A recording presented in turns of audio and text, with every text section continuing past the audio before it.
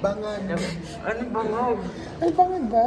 Vlogag sabi mo. Ay, vlogag. So, vlogag, hi guys. Hello, Welcome to guys. our podcast kung saan makakarinig ka ng boses ni ng kabataan. So, ang ating... Ano bang topic?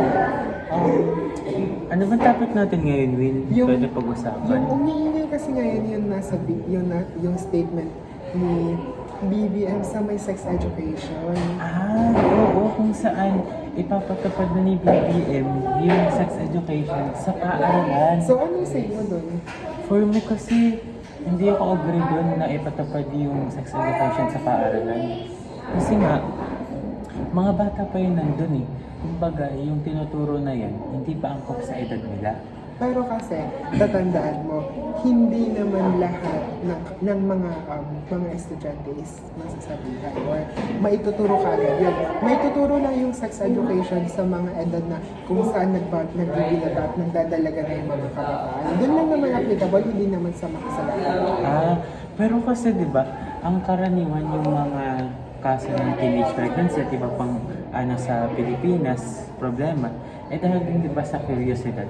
Hindi ba mas lalala pa ang kuryosidad ng mga kabataan kapag mas tinuro pa yung sex education? Kasi ituturo yun eh, kumbaga malalaman nila ganun pala yun. Ito pala yun. Wait, pero kasi, syempre, di ba, sabi mo, habang lumalala yung curiosidad, tinuturo pa natin siya ng tinuturo. Syempre,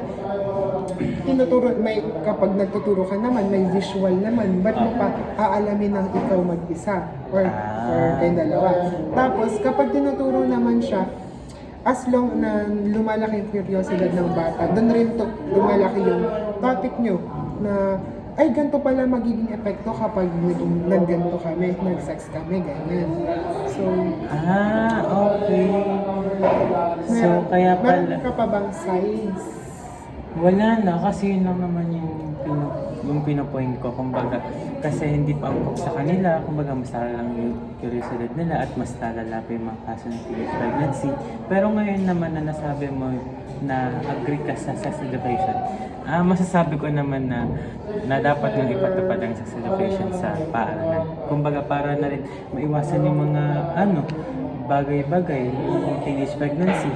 Kumbaga magiging aware na sila kumbaga may malay na sila And syempre kapag maiwasan din natin yung yung mga ganong cases, mga teenage pregnancy, syempre mas aangat yung ekonomiya natin, di ba? Yes. At saka mas hindi lang yun yung magiging epekto ng sex education sa teenage pregnancy, kundi sa inflation rate din ng Pilipinas. Kasi habang tumataas yung populasyon ng mga tao, tumataas din po yung demand natin. Kapag bumababa naman yung populasyon ng mga tao, doon din bumababa yung demand. Kung saan bumababa yung mga bilihin at mga pagkain, katulad ng petrolyo, mga pagkain, mga gulay, lahat-lahat, doon po sila bumababa. So may natutunan ka ba? Sana natuto kayo. So ayun lang.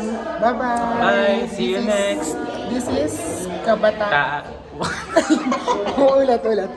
This is Boses ng Kabata. 1, 2. Hi, wala mo talaga. Bye-bye!